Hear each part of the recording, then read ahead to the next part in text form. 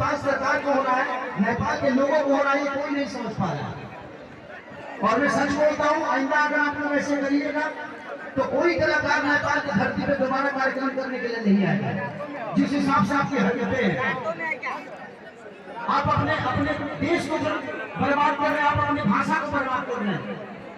आपको थोड़ा भी अगर नहीं है कि कोई मेहमान आपके घर पे आया है तो उसका क्या सम्मान करना चाहिए हमें।